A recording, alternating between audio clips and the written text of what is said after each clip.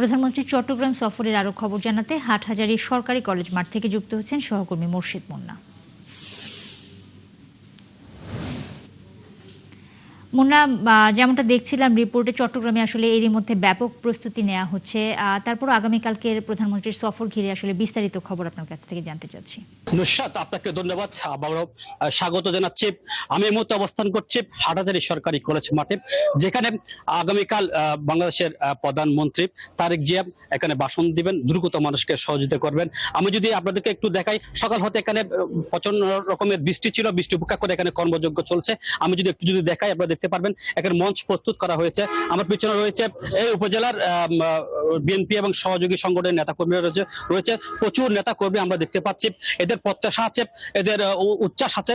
সাধারণ মানুষ আসলে প্রধানমন্ত্রীকে, যে আগামীকাল এখানে প্রধানমন্ত্রী আসবেন, প্রধানমন্ত্রীকে বরণ করার জন্য সাধারণ মানুষ এখানে উদ্গ্রীব হয়ে আছে, তাদের উচ্ছ্বাস আমরা দেখেছি। আমরা এখন কথা বলবো এখানকার যারা বিএনপির নেতাকর্মী আছে তাদের সাথে একটু কথা বলবো। তো কি ভাই, যদি একটু বলতেন, আপনাদের আগামীকাল তো প্রধানমন্ত্রী আসছেন, আপনাদের আবেগ উচ্ছ্বাস, সাধারণ মানুষ এটাকে কিভাবে দিচ্ছে, আপনারা কিভাবে এটাকে গ্রহণ করতেছেন? বিসমিল্লাহির রহমানির রহিম। আগামীকাল 9 আগস্ট আমাদের মাননীয় প্রধানমন্ত্রী হাটহাজারীতে আসবেন।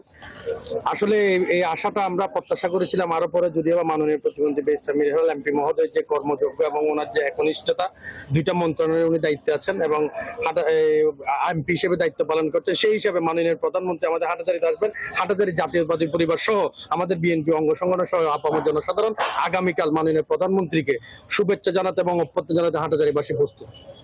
সালাউদ্দিন ভাই, নেতা কর্মীদের প্রত্যাশাটাকে এখানকার মানুষ এটাকে কিভাবে দেখছে?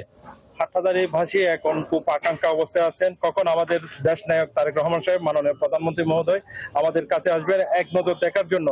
আমাদের নেতা ব্যারিস্টার মীর মোহাম্মদ হেলালুদ্দিন সাহেবের বিশেষ প্রচেষ্টায় আমরা এখানে এখনো আমাদের কার্য সম্পাদন করতে যাচ্ছি। হাটহাজারী মানুষের প্রত্যাশা, হাটহাজারীতে একটা 600 বিশিষ্ট স্বাস্থ্য কমপ্লেক্স হওয়ার কথা, সেটা দ্রুত সময়ে যাতে হয়। এছাড়াও হাটহাজারী বিভিন্ন উন্নয়নমূলক, যে সময় হাটহাজারী কৃষি বিশ্ববিদ্যালয়, নাঙ্গলমা হালদা ব্রিজ সহ যে সকল ব্রিজের বিষয়গুলো আছে, রাস্তাঘাট উন্নয়নের বিষয় আছে, এগুলো আমরা হাটহাজারীবাসী প্রত্যাশা করছি।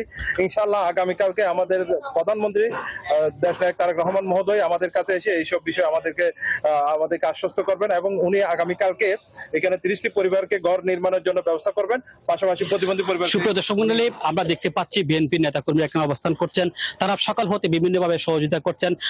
আমি সকালে এখানে এসে দেখেছি প্রশাসনের বিভিন্ন দপ্তরের লোকজন পরিদর্শন করছেন, তাদের সাথে আমরা কথা বলেছি। তারা এখানে আইন শৃঙ্খলার বিষয়ে, নিরাপত্তার বিষয়ে যথেষ্ট সন্তোষ প্রকাশ করেছেন। এই ছিল হাটহাজারী উপজেলা থেকে আমার কাছে সর্বশেষ তথ্য। নুসরাত।